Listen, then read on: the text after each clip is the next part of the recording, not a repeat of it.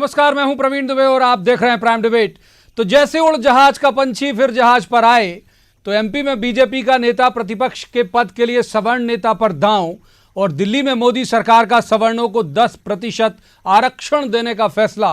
इत्तेफाक है कि सवर्ण वोटर को साधती हुई एक ही दिन की दो राजनीतिक घटनाएं हैं ये, लेकिन दोनों का सार बीजेपी की घर वापसी के तौर पर भी दिखाई दे रहा है। कभी ब्राह्मण बनियों की पार्टी कही जाने वाली बीजेपी ने फिर उसी वोट बैंक का रुख किया है जो उसकी कभी मजबूती कही जाती थी। राम मंदिर आंदोलन के बाद जिसकी बनाई जमीन पर यह पार्टी खड़ी हुई, जिसकी बदौलत सत्ता के दरवाजे तक पहुंची, सही तौर पर इसे 5 राज्यों के चुनाव में बीजेपी को मिली हार के सबक के तौर पर लिया जा रहा है। लेकिन 2019 पर नजर जमाए फिर सवर्ण हो चली बीजेपी का यह दांव असल में मोहर है कि पार्टी ने वक्त रहते ये मंजूर कर लिया कि सवर्णों से किनारा करके गुजारा मुश्किल है। तो आज प्राइम डिबेट में एमपी में बीजेपी के सवर्ण दांव और दिल्ली में मोदी सरकार के इस मास्टर स्ट्रोक पर करेंगे मंथन। ये भी समझेंगे कि क्या ये फैसला या ये जो निर्णय है वो देर से तो आया है, दुरुस्त आएगा कि नहीं, बात करेंगे। लेकिन पहले आपको दिखाते हैं एक रिपोर्ट, देखिए।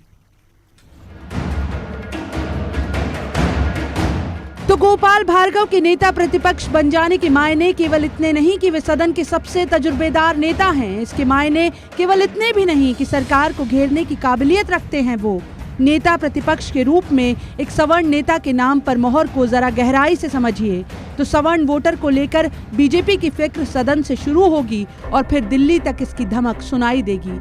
मोदी सरकार का सवर्णों को 10% आरक्षण का फैसला इसी का विस्तार तो है। 5 राज्यों में बीजेपी को मिली हार से सबक लेते हुए बीजेपी अपने उसी पुराने वोटर को मनाने चली है, उन बामन बनियों को मनाने जो कभी इस पार्टी की पहचान हुआ करते थे। एमपी में तो बीजेपी की हार के पीछे की बड़ी वजह था एट्रोसिटी एक्ट और माई के लाल का जुमला। पार्टी जो तय करेगी, जो भी निर्णय करेगी, वो सभी के लिए मान्य होता है और होगा। आम चुनाव के मद्देनजर सवर्ण वोटर को साधने 10% आरक्षण दिए जाने का ये फैसला एमपी में आम चुनाव में कितना असर डालेगा? तो इस समय एमपी की 29 में से 19 सीटें सामान्य वर्ग से आती हैं, जिनमें सवर्ण के प्रभाव वाले विंध्य और ग्वालियर चंबल की कुल 8 सीटों के साथ मालवा निमाड़ की 8 विधानसभा सीटों का शहरी सवर्ण वोटर शामिल है। एमपी की 29 में से 16 सीटों पर तो सवर्ण वोटर सीधा असर डालता है। सवर्ण वोटर को साधने की कोशिश इससे पहले गुजरात में हो चुकी है, जहां साल 2016 में बीजेपी सरकार ने 6 लाख प्रतिवर्ष से कम पारिवारिक आय वाले सामान्य श्रेणी के लोगों के लिए 10% आरक्षण की मांग की थी। लेकिन आरक्षण की अधिकतम सीमा पर सुप्रीम कोर्ट की व्याख्या के आधार पर हाईकोर्ट ने इस पर रोक लगा दी थी। लेकिन तय मानिए कि आम चुनाव के मद्देनजर मोदी सरकार का ये बड़ा दांव है। Bureau report, news 18 Madhya Pradesh. तो सबसे पहले उनका परिचय जिनके साथ हम इस चर्चा को आगे बढ़ाएंगे। हमारे साथ हैं अजय विश्नोई, ये बीजेपी के सीनियर लीडर हैं, एमएलए भी हैं बीजेपी से। अजय जी का स्वागत। दूसरे मेहमान दुर्गेश शर्मा, ये प्रवक्ता हैं कांग्रेस के, दुर्गेश जी का स्वागत। और तीसरे मेहमान वरिष्ठ पत्रकार हैं, राजनीतिक विश्लेषक प्रकाश भटनागर, प्रकाश जी का भी स्वागत। सबसे पहले अजय विश्नोई जी का रुख करेंगे क्योंकि उन्हीं की पार्टी की आज धूम थी दिन भर। अजय जी, सवर्ण बना दिया आपने नेता प्रतिपक्ष, सवर्णों के लिए संयोग से आरक्षण भी आज ही 10%, क्या मायने इसके? मायने निकालने के लिए आप स्वतंत्र हैं। हमारा काम है अपने काम की दिशा में बढ़ते रहना। नेता प्रतिपक्ष का चुनाव करना आज तय था। हमको दिल्ली में क्या हो रहा है इसकी कोई जानकारी नहीं थी। यहाँ जब नेताओं में नाम हो रहा था तो दोनों हमारे जो वरिष्ठ नेता थे वो दोनों के दोनों नेताओं के नाम जो है वो संयोग से सवर्ण वर्ग से आते हैं। गोपाल भार्गव जी अकेले एकमात्र ऐसे विधायक हैं जो 8वीं बार के विधायक हैं। प्रोटेम स्पीकर के लिए भी उनका ही दावा बनता था। कांग्रेस ने वो परंपरा तोड़ी और उनको नहीं बनाया। तो हमारे को नेता प्रतिपक्ष के लिए तय करना था जो। अच्छा, दूसरी एक और खास बात है गोपाल भार्गव जी की। आपने यदि देखा होगा पत्रकार दीर्घा से बैठे बैठे, गोपाल भार्गव जी एक ऐसे अकेले नेता है जो सुबह 10:30 बजे 11 बजे आ जाते हैं विधानसभा में और शाम 5 बजे तक लगातार बैठते हैं। सबसे ज्यादा उपस्थिति दी है। 40 साल से लगातार विधानसभा के कब में उपस्थित रहे हैं। उनसे अच्छा और दमदार नेता आज की तारीख में नहीं हो सकता था। संयोग से वो किसी भी वर्ण से आते हों उससे कोई फर्क नहीं पड़ता है, उनकी काबिलियत के आधार पर उनको चुना गया। यानी सवर्णों की तरफ नहीं जा रही है क्या बीजेपी? आप ये कहना चाह रहे हैं? सवर्णों की तरफ हम ऑलरेडी हैं। हमारे लोग सवर्णों के साथ हैं। हम सबका साथ सबके विकास के लिए चले हैं। आप मोदी जी के राज को देख लीजिए, आप शिवराज जी के राज को देख लीजिए, दोनों राज की सारी योजनाओं को उठा के देख लीजिए। SC ST की एक भी योजना में को कम किए बिना हमने सवर्ण वर्ग के तमाम लोगों को हर प्रकार की वो लेकिन सुविधाओं उसी में वर्ग ने हिस्सेदारी भड़कने दिलवाई लगी। विंध्य में जो उनको कहते हैं आवश्यक थी। कहते हैं कि विंध्य में ठीक है ज्यादा नुकसान आपको नहीं हुआ, लेकिन ग्वालियर चंबल में आपको अगर पटका तो सवर्णों नहीं पटका, वो क्रेडिट भी लेते हैं। देखिए, एक विषय बिल्कुल ठीक है, आपका कहना यह है कि कहां हमको वोट मिले और कहां नहीं मिले, मैं उस पर बात नहीं कर रहा। मैं सिर्फ ये कह रहा हूं कि ये कहीं ना कहीं हम समझाने में असफल हो गए कि बीजेपी की सरकारों ने, शिवराज जी की सरकार ने, मोदी जी की सरकार ने जितनी योजनाएं दी, चाहे वो संबल योजना हो और चाहे आवास की योजना, प्रधानमंत्री आवास की योजना हो, चाहे वो गैस कनेक्शन की योजना हो या शौचालय की योजना हो, सारी योजनाओं में कहीं किसी वर्ग विशेष के लिए आरक्षण नहीं था। इसमें सामान्य वर्ग के लोगों को भी बराबरी से हिस्सा मिला। जो गरीब था, जो वंचित था, जो आवश्यक था, वो किसी भी वर्ग था, उसको सबको दिया। सबका साथ सबका विकास पे सही रूप पे काम किया है मोदी जी की सरकार ने और शिवराज जी की सरकार ने। आज जब बात आई है, एक विषय पर बात आती थी बार बार, हम सवर्णों को सब कुछ दे रहे थे, पर सवर्ण जो अपेक्षा करता था कि साहब नौकरी में हमको आरक्षण नहीं दे पा रहे, शिक्षा में हम उनको आरक्षण नहीं दे पा रहे थे, और गरीब कहता था भैया हम भी तो वंचित हैं, हम सामान्य वर्ग से हुए तो क्या हुआ। तो आज मोदी जी की मैं तारीफ इसलिए करूंगा कि मोदी जी ने उनका ध्यान दिया है, जो सामान्य वर्ग से आते हैं पर वंचित वर्ग के लोग हैं, गरीब हैं। एक सवाल छोटा सा आपसे और पूछा था, फिर हम बाकी के मेहमानों का रुख करेंगे।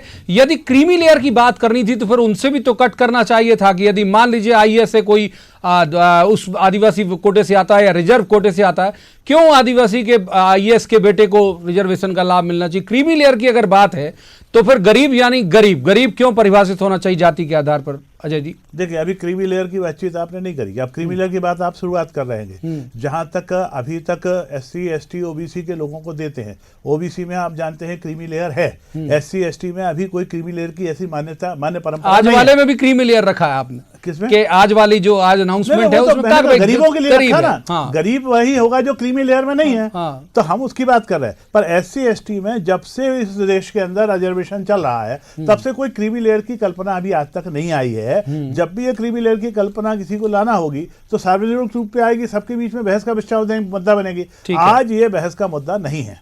ठीक है दुर्गेश जी, इतना ही सामान्य आपको लग रहा है जितना अजय जी बोल रहे हैं, या फिर सियासत ज्यादा है या डर गई बीजेपी सवर्णों की नाराजगी से? जो 3 राज्यों के रिजल्ट आए हैं वो तीनों हिंदी भाषी प्रदेश हैं, जहां भारतीय जनता पार्टी ने तीनों जगह कांग्रेस के सामने पटकनी खाई है और जनता ने पटकनी दी है। कांग्रेस ने निश्चित प्रयास किए, जनता के समक्ष अपनी बातों को लेके गए। जनता ने सबसे ज़्यादा यदि आज किसी बात पे भारतीय जनता पार्टी को नकारा है तो भारतीय जनता पार्टी के द्वारा जो देश में आपसी जो ताना बाना था उसको छिन्न भिन्न करके जिस तरीके का वातावरण निर्मित किया, उसके कारण परिस्थितियां निर्मित हुई। जो आज आरक्षण की बात कर रहे हैं तो समझ में नहीं आता कि जब संविधान कहता है कि 49.50% से कर रहे हैं संशोधन, उन्होंने कहा ना तुरंत संविधान में संशोधन, तो हजारों मतलब जाने कितने हो चुके हैं। आदरणीय दुबे जी, उम्मीद कम है क्योंकि ये जुमलेबाज लोग हैं। उम्मीद कम है, हर चीज कांग्रेस समर्थन नहीं करने वाली इसका। आप देखिए आदरणीय बिश्नोई जी, आप बोल रहे थे, मैं सुन रहा था, आप सुन लें, क्योंकि अभी तक आपने कई बातें ऐसी हैं जो बोली जरूर हैं पर ना उसको सदन के पटल पे लेके आए हैं, ना ऐसा प्रयास किया है, हाँ ड्रामा पूरा किया है। आप इसमें भी ड्रामा जरूर करेंगे, सदन के पटल पे भी उस समय लाएंगे जब आचार संहिता की स्थिति आए या जब आप ऐसी परिस्थिति। कल का एक दिन और है, हम तीसरे मेहमान का रुख कर रहे थे, प्रकाश भटनागर हमारे साथ हैं। प्रकाश जी, ये जो यदि मैं कहूं यू टर्न बीजेपी का, तो शायद गलत, ये यू टर्न कैसे देखते हैं आप बीजेपी का सवर्णों की तरफ लौटने वाला? प्रवीण जी, ये एक राजनीतिक निर्णय है और जो इस तरह की बात जो दुर्गेश जी ने कही कि 50% आरक्षण के बाद संविधान संशोधन की जरूरत पड़ेगी, तो संविधान संशोधन करना अकेले भारतीय जनता पार्टी के बस की बात लोकसभा राज्यसभा में नहीं है। और वहां पर कांग्रेस को अपना रुख स्पष्ट करना पड़ेगा, बाकी पार्टियों को रुख अपना स्पष्ट करना पड़ेगा और उससे तय होगा कि स्वर्ण वोटों के लिए बीजेपी को एक मसाला मिलेगा। क्या भाई हम तो करना चाहते थे लेकिन ये लोग विरोध कर रहे हैं। तो मुझे लगता है कि एक मास्टर स्ट्रोक, एक राजनीतिक निर्णय है। स्वर्णों को लाभ देने के लिए आप 50% आरक्षण, 27% बैकवर्ड का है, 33% SC ST का है, तो अब आपको रास्ता बनाना पड़ेगा। उस रास्ते के अंदर जो विरोध पैदा होंगे वो भारतीय जनता पार्टी को राजनीतिक सफलता दिलाएंगे। लेकिन आप देखिए गुजरात में मायावती का भी पड़ रहा था अगस्त में, कहीं उन्होंने अगस्त में ही एक प्रस्ताव दिया था कि जो गरीब सवर्ण है उन्हें दिया जाना चाहिए। हम एक बार MP की तरफ फिर लौटते हैं, फिर से एक बार अजय जी, पहले ये अभी हम एक और बात इससे जुड़ी हुई कर लें कि आपने स्पीकर के लिए अपना एक कैंडिडेट खड़ा कर दिया जो संयोग से आदिवासी समाज से आते हैं विजय विजय शाह। शाह। तो क्यों ये, मतलब ये एक वजह ये था कि एक उस वर्ग को भी संतुष्ट कर दें जिसका पता है कि जीतना तय नहीं है, संख्या बल में आप बहुत पीछे हो, और दूसरा इधर सवर्ण ले आए, तो सबको साधने की कोशिश थी क्या? देखिए, फिर विजय शाह अगेन एक ऐसा चेहरा है, एक तो पढ़ा लिखा है, उसको भी लगातार आज 6वीं बार वो लोग विधानसभा के अंदर आए हुए, 7वीं बार मेरे ख्याल से विधानसभा में आए हुए हैं, मंत्री रहे हैं और बड़े अच्छे वर्ग और तरीके से उन्होंने सारे मंत्रालयों को चलाया है। तो एक समझदार आदमी, एक अनुभवी आदमी को अपन ने विधानसभा अध्यक्ष के रूप में प्रोजेक्ट किया है। वो आदिवासी वर्ग से आते हैं, इसके अभी वही दिक्कत है कि यदि कोई सामान्य वर्ग का व्यक्ति आ जाता है तो आप कह देते हो कि फिर भाजपा सवर्ण हो चली। हम आदिवासी वर्ग के व्यक्ति को खड़ा करते हैं तो लोग कहते हैं आप आदिवासी। नहीं, मैं कह रहा हूँ संख्या नहीं, मैंने ऐसे लग रहा है शहीद कराने खड़ा किया आपने। मैं सिर्फ ये गणित समझना चाहता हूँ, कैसे उनकी जीत कैसे सुनिश्चित, विजय को विजय कैसे मिलेगी? विजय कैसे होगी वो तो कल का गणित बताएगा। हम फेल होते हैं या पास होते हैं ये कल विधानसभा के फ्लोर पे तय हो गया। आज की तारीख में इस मीडिया के ऊपर बैठ के इस बहस को नहीं किया जा सकता। कोई ना कोई गणित है जिस गणित के माध्यम से हम लोग मैदान में उतरे हैं। अब वो गणित फेल होता है या पास होता है ये कल मैदान में पता लगेगा। लेकिन जीतने के लिए लड़ रहे हैं आप, ये तय बात है। जीतने के लिए चुनाव लड़ रहे हैं, चुनाव जब भी लड़ा जाता है जीतने के लिए लड़ा जाता है। आज तक तो हम लोगों ने नहीं लड़ा था, आज हमको जीत इतने नजदीक दिख रही है, गलत हमको स्पष्ट फिट होता हुआ दिख रहा है। कहीं कांग्रेस के लोगों में नाराजी दिख रही है, विरोधी को भी जो इन्होंने निर्दलीयों को साथ में ले रखा है वो भी संतुष्ट नहीं है। उन सबके साथ जो चर्चा और डायलॉग चल रही है उसके आधार पर चर्चा और डायलॉग बड़ा परिष्कृत शब्द है दुर्गेश जी। चर्चा और डायलॉग कर रही है बीजेपी। दुबे जी डायलॉग 114 है आपके पास कुल जमा, आपके ओरिजिनल। बिल्कुल, इनके खुद के जो 109 में से 2 ने आज शपथ नहीं ली, एक छुट्टी लेके कल आ रही है। वो आ गई उनकी खबर की यशोधरा भी कल छुट्टी खत्म करके पहले ही आ जा रही है। जी दुबे जी, पर आज की जो परिस्थिति, जब ये खुद चुनाव में खड़ा करने जा रहे थे तो 2 इनके विधायक इनके साथ नहीं थे। नहीं, मालिनी गौड़ यहाँ थी, सदन में नहीं गई थी। हाँ। मैं सदन के अंदर की स्थिति पे बात कर रहा हूँ। आज आप आज की डेट में 107 हैं, कल क्या होगा ये कह रहे हैं कि साहब जो इनकी चरित्र है उसका परिचय देंगे कल। ये जो इन्होंने गोवा में किया या उत्तराखंड में किया या हिंदुस्तान में कई प्रांतों में किया, ये उस चरित्र का परिचय देने का प्रयास करेंगे, पर ये यहाँ असफल होंगे, क्योंकि हमारा जो 121 का आंकड़ा है वो 121 से बढ़ सकता है, घट नहीं सकता। ये चैलेंज है हमारा, चाहे ये कुछ भी परिस्थितियां निर्मित कर लें। आज शासन प्रशासन में जो इनके कुचक्र को चलाने की जो ताकतें या दुरुपयोग ये करते थे वो भी संभवतः जनता ने इनके हाथ से छीन लिया है। तो मध्य प्रदेश के अंदर अब ये अपनी इस साजिशों पे सक्सेस नहीं होंगे। और जो विजय शाह जी की बड़ी तारीफें कर रहे थे तो उनको भी शायद याद होगा, बीच में मंत्रिमंडल भी इन्होंने छीना था। और क्यों छीना था ये पूरा मध्य प्रदेश जानता है कि किस तरह के बोलों के कारण इन्हें मंत्री पद छीना था। तो ये किस तरह के व्यक्तित्व का, किस तरीके का परिचय मध्य प्रदेश में देना चाहते हैं, किस तरह की राजनीति खड़ी करना चाहते हैं, ये आने वाला समय बताएगा। क्योंकि भारतीय जनता पार्टी की स्वच्छ राजनीति की परंपरा तो रही नहीं है, और उस परंपरा का निर्वहन ये यहाँ पूरी कर रहे हैं। जो इनकी राजनीति की परंपरा है कि आप खरीद फरोख्त करो, आप जो जनता का माइंडेड है उसके खिलाफ काम करो। तो कांग्रेस नहीं करती ये सब कभी? दुबे जी, आप मध्य प्रदेश में अभी देखिए, आपको समझ में आएगा। हम इस तरह की कोई किसी तरह के काम नहीं करेंगे। यदि आज कोई भारतीय जनता पार्टी को छोड़ के कांग्रेस में आना चाहेगा, यदि स्वतः के स्वयं के इच्छा पे आए तो स्वागत, कौन मना कर देगा कि प्रकाश भट्टागर हम खरीदने नहीं जाएंगे। ये इनका कांग्रेस मुफ्त में लेती हॉर्स ट्रेडिंग जैसा शब्द जो है, मुफ्त वाली बात के आदर नहीं देखिए, मतलब आ जाए रीति नीति से प्रभावित हो। बहुत अच्छा शब्द लगता है साहब स्टूडियो में सुनने में। प्रकाश भटनागर जी, क्या लग रहा है आपको कि अगर ये दावा कर रहे हैं, हमने 1-2 तस्वीरें देखी भी, कल संजय पाठक ने बहुत जी भर के मुक्त कंठ से तारीफ की कमलनाथ की, बहुत तारीफ की उन्होंने, उनके निर्णयों की भी तारीफ की। आज भी शपथ लेने के बाद वो चरण स्पर्श करने गए। ये ठीक है कि आपका सम्मान किसी के भी प्रति हो सकता है, लेकिन ये जो दुर्गेश जी जिक्र कर रहे हैं, तो ये मुफ्त में क्रॉस वेटिंग जैसा डर बीजेपी के लिए भी तो नहीं है आपको लगता? मुझे लगता है कि भारतीय जनता पार्टी जो चुनाव लड़ रही है वो ये पहचान करने के लिए ही लड़ रही है। निश्चित तौर पे कांग्रेस की तरफ से ऐसे प्रयास होंगे। हाँ। क्योंकि कांग्रेस की सरकार बहुमत में उसे निश्चित होने के लिए, अगर वो कांग्रेस से, भारतीय जनता पार्टी में से 4 चेहरे कम से कम है जो पुराने कांग्रेसी रहे हैं, और अगर संजय पाठक कमलनाथ के चरण छू रहे हैं तो मैं कोई आश्चर्य की बात नहीं है। वो लंबे समय तक कांग्रेस में रहे हैं। दिनेश राय मुनमुन है, सुदेश राय है, तो मुझे लगता है कि नारायण त्रिपाठी हैं, तो कई सारे ऐसे चेहरे हैं। तो भारतीय जनता पार्टी शायद, चूंकि एक चुनाव में भारतीय जनता पार्टी को कदम कदम पे लड़ाई लड़ना है और अगर सरकार को घेरना है, तो वो अपने आप को भी जांच ले रही है कि हम कहाँ तक सरकार से लड़ पाएंगे, कितने हमारे साथ रह पाएंगे जिन्हें हमने लाया है उस समय तोड़ के।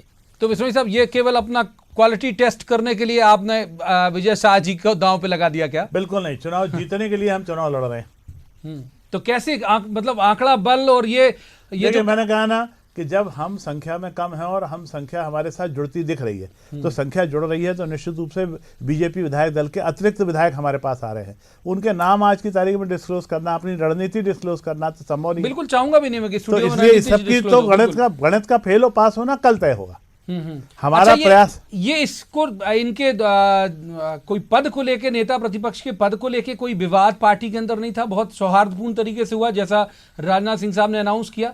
क्यों उस वक्त फिर नरोत्तम मिश्रा नहीं थे मंच पे जब वो अनाउंस कर रहे थे? उन्होंने कहा, आपने ध्यान से नहीं सुना, फिर से एक बार उस न्यूज को खोल के देख लीजिए कि अब नेता प्रतिपक्ष के चुनाव के लिए प्रस्ताव रखा शिवराज जी ने और समर्थन किया नरोत्तम मिश्रा जी ने। तो प्रेस कॉन्फ्रेंस 5 मिनट और रुक जाते, प्रेस कॉन्फ्रेंस थे नहीं वो, लेकिन नहीं वो हमको नहीं मालूम है, परंतु उधर पर जितना है कि एक स्पष्ट निर्देश और संदेश था उस पर कि शिवराज जी प्रस्ताव रख रहे हैं और नरोत्तम मिश्रा उसको समर्थन दे रहे हैं। उसके बाद कहीं कोई शक की गुंजाइश नहीं, कोई बहस की गुंजाइश नहीं। अच्छा, एक खबर यह भी आ रही है कि शिवराज जी शायद इसके पक्षधर नहीं थे कि चुनाव लड़ाया जाए जब आपके पास संख्या बल कम है। ये ऐसा कुछ है क्या? इसका नहीं, इसका विधानसभा नहीं, मेरे सामने इस प्रकार की कोई चर्चा नहीं हुई है। पर आज जब हम लोग फॉर्म जमा करने के लिए विजय शाह जी का गए थे, तब शिवराज जी साथ में थे, नरोत्तम मिश्रा जी भी थे, गोपाल भार्गव जी थे, मैं स्वयं गया हुआ था साथ में। तो हम लोगों ने 5 लोगों ने जाके फॉर्म उनका जमा किया, तो सबका फैसला है, तब तो वहां पे चुनाव के लिए लड़ने खड़े हुए। और आज भी है जो अच्छा, लोकसभा की बात कर लूं, चलिए मैं इसी, क्योंकि संदर्भ हमारा वही है कि मान लीजिए आपने एक वोटर को टारगेट किया होगा, आप नहीं मान रहे हो उस बात को, आप कह रहे हैं हम सबके साथ की बात कर रहे हैं। जब ये अमल में नहीं आ पाएगा, अभी जिस तरह से लग रहा मुश्किल 1 सत्र और होगा संसद का, तब तक इलेक्शन आ जाएंगे, तो पास हो पाए नहीं हो पाए ये तय भी नहीं होगा। उम्मीद है कि ये जो सवर्ण वोटर है वो आपकी तरफ आएगा, या उसे लगेगा कि आपने, बीजेपी ने उनके हित में कुछ काम किया? देखिए, एक बात जहाँ तक इसके पास होने और नहीं होने का सवाल है, वो तो यदि जितने भी हमने विधेयक लेके आए हैं, निश्चित रूप से पास कराने के दृष्टिकोण से ही लेके आते हैं। कल का तो पर अड़ंगे लगाती हैं तो तो दूसरे विपक्ष के जो पार्टियां हैं उनका काम अड़ंगे लगाने का है, वो उसमें अड़ंगे लाने का प्रयास करती हैं। ये ऐसा एक मुद्दा है जिस मुद्दे पे प्रवीण भाई हमारे खुद ही इस बात को बोल चुके हैं कि कांग्रेस को भी कल फैसला करना पड़ेगा। हम प्रकाश जी ने बोला था इस विषय पे, कांग्रेस को भी कल फैसला करना पड़ेगा कि इसका साथ दे कि विरोध करे। ये फैसले की घड़ी आज की तारीख में बीजेपी ने तो फैसला ले लिया, अब कांग्रेस को, बीएसपी को, बाकी पार्टियां जो हैं उनको फैसला लेना है कि वो इसके साथ हैं कि नहीं है। इसका असर पड़ेगा तो निश्चित रूप से आने वाले चुनाव में पड़ेगा। इस वर्ग के लोग इस बात को सावधानी के साथ देख रहे हैं। सपाक्स का जैसा फैसला आया और जो आपने कहा कि सपाक्स ने हमको सबक सिखाया, हाँ। तो वो सपाक्स आज भी जिंदा रूप में खड़ी होगी। सपाक्स में भले क्रीमी लेयर से ऊपर के लोग हैं, वो भी आज प्रसन्न हो रहे होंगे कि उनके गरीब भाइयों के हित में कोई निर्णय मोदी सरकार ने लिया है, और जो उसमें अड़ंगा लगाएगा उसको निश्चित रूप से ये लोग अब उनको सबक सिखाएंगे।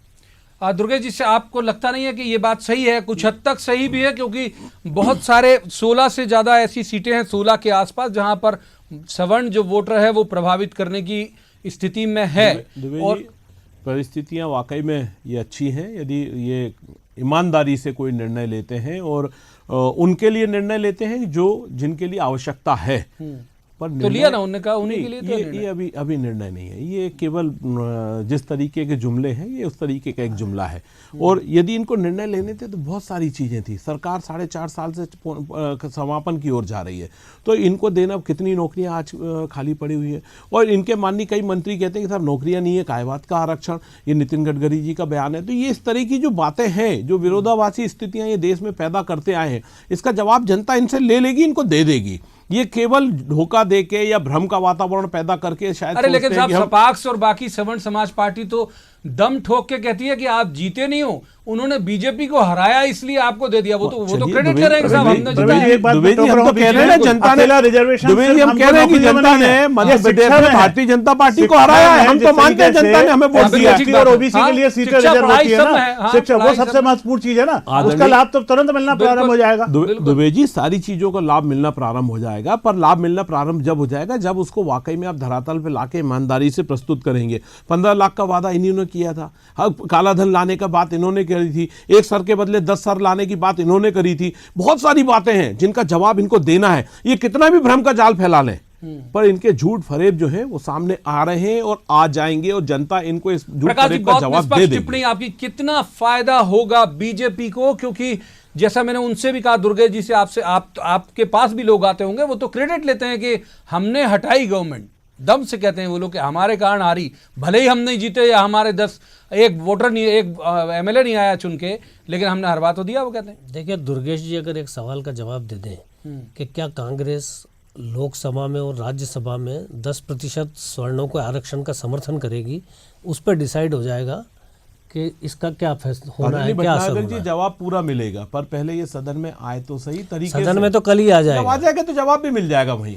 नहीं, आज को पब्लिसिटी जनता को मिनिस्टर आपसे बात मध्य करके प्रदेश जवाब के- मिल जाएगा। मध्य प्रदेश के पब्लिसिटी मिनिस्टर हैं पीसी शर्मा, उन्होंने जी। कहा कि हम स्वागत करते हैं। बिल्कुल इस फैसले स्वागत योग्य का। कदम है, वो मैं प्रकाश भी बोल रहा भटनागर हूं। साहब, स्वागत तो कर दिया। पर उनके एक मंत्री ने इसका विरोध भी किया। हाँ, अगर स्वागत कर दिया या विरोध उनके कर मंत्री दिया, ओमकार ओमकार मरकाम मरकाम ने ओमकार विरोध भी मरकाम किया ने इसका। हमारे न्यूज 18 से बातचीत में विरोध किया लाइव में। हाँ। तो मेरा ये कहना है कि जब कांग्रेस का शीर्ष नेतृत्व यदि इसके समर्थन का फैसला ले लेगा तो ये इशू राजनीतिक तौर पे खत्म हो जाएगा और एक वास्तविक तौर पे सामने भी आ जाएगा, लोगों को लाभ भी मिलने लगेगा। लेकिन अगर कांग्रेस इसका विरोध करती है, सिर्फ कांग्रेस समर्थन कर देगी, उतने में ही ये राज्यसभा से भी पास हो जाएगा। बीजेपी यहाँ पास करने में लोकसभा में सक्षम है और राज्यसभा में अगर कांग्रेस इस पे समर्थन दे देती है तो अगर मायावती या दूसरी पार्टियां विरोध भी करती है तो उसका असर नहीं होगा। नहीं, इस मामले में तो मायावती जी की बीएसपी साथ देगी, पर हालांकि ठीक है, संख्या बल उनके पास राज्यसभा में तो है ही हमारे को साथ देने के लिए।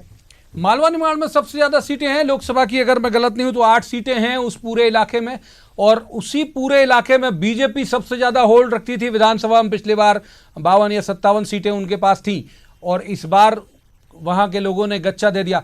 तो अजय जी, ये कोई फैसला आपको लगता है उस इलाके में तो सवर्ण भी पर्याप्त हैं और ये जो ट्राइबल है वो भी पर्याप्त है? तो नहीं, उस हम इस इलाके- फैसले को मध्य प्रदेश के और मालवा के दृष्टिकोण से क्यों देख रहे हैं? ये पूरे हिंदुस्तान के दृष्टिकोण से देखना चाहिए। आज नहीं, 70 साल से ये पीड़ा सामान्य वर्ग के लोगों के बीच में रही है कि हमारे भी गरीब हैं, उन गरीबों का हित चिंतन कौन करेगा? उनको शिक्षा में एडमिशन दिलाना है, मेडिकल में एडमिशन दिलाना है, इंजीनियरिंग में एडमिशन दिलाना है, उसमें आरक्षण कौन देगा? उनको नौकरियों के आरक्षण कौन देगा? आज उस पीड़ा पे, उस घाव पे मरहम रखा है मोदी जी के इस फैसले ने। निश्चित रूप से ये लेकिन फैसला अक्सर ये दूरगामी होता है, ये है चिंता और आपको बीजेपी को चुनाव में लाभ अजय जी, दिलाएगा। ये चिंता नहीं है आपको कि अक्सर ये होता है जैसे ही आप हिंदू की बात करते हो तो उसमें ध्वनित होता है मुसलमान का विरोध। तत्काल लोग कहने लगते हैं कि भाई ये मुसलमानों का विरोध कर रही है। ये चलन में है, तो अगर मान लीजिए ऐसे में इसमें ये भाव नहीं मुसलमान जाएगा भी शामिल हैं। सवर्णों में 10% का जो ट्राइबल के नाराजगी का डर नहीं कि ट्राइबल नाराज जाएगा कि ऐसे ये लोग हम हमारा हिस्सा तो नहीं काट देंगे। इसका नहीं काट रहे। जब हम संशोधन लेके आएंगे उसमें स्थिति स्पष्ट हो जाएगी। मैंने अभी कहा ना, जितनी भी योजनाएं शिवराज जी की सरकार और मोदी की सरकार ने दी हैं, SC ST का एक भी चीज काटी नहीं और सामान्य वर्ग लोगों को लाभ दे दिया। यहां भी संविधान में संशोधन करके इस प्रकार की फैसला लिया जाएगा कि SC ST का रिजर्वेशन का कोई कोटा, OBC के रिजर्वेशन का कोई कोटा बिना कम किए हुए जो सामान्य वर्ग के लिए छूटी है उसी में से 10% रिजर्व किया जाएगा उन्हीं के गरीब लोगों के। प्रकाश जी, इतना आसान है आपको लगता है? और खास तौर पर यह भी कि जब वर्ग विभाजन जैसे हालात नहीं बनेंगे, हम तो MP के संदर्भ में इसलिए करेंगे कि 29 सीटें हैं हमारे पास। देखिए, मुझे लगता है कि इतना आसान तो ये निर्णय भी नहीं है। इस निर्णय में भी दाव पेच है, इसलिए सभी जो राजनीतिक दल है अपने हितों को देखते हुए इस पे निर्णय लेंगे, इसके समर्थन का या इसके विरोध का। लेकिन इसका एक व्यापक असर आने वाले लोकसभा चुनाव में जरूर होगा, ये हमें देखने को मिलेगा। व्यापक असर होगा। तो माफ कीजिए, वक्त हमारे पास इतना ही। तीनों मेहमानों का बहुत बहुत शुक्रिया। लेकिन यह बात सही है कि आने वाले दौर में जब लोकसभा चुनाव नजदीक होगा तब यह तय होगा कि इस फैसले से फायदा दरअसल किस पार्टी को हुआ या हुआ भी है या नहीं। आज के प्राइम डिबेट में बस इतना ही। आप देखते रहिए न्यूज 18 मध्य प्रदेश छत्तीसगढ़।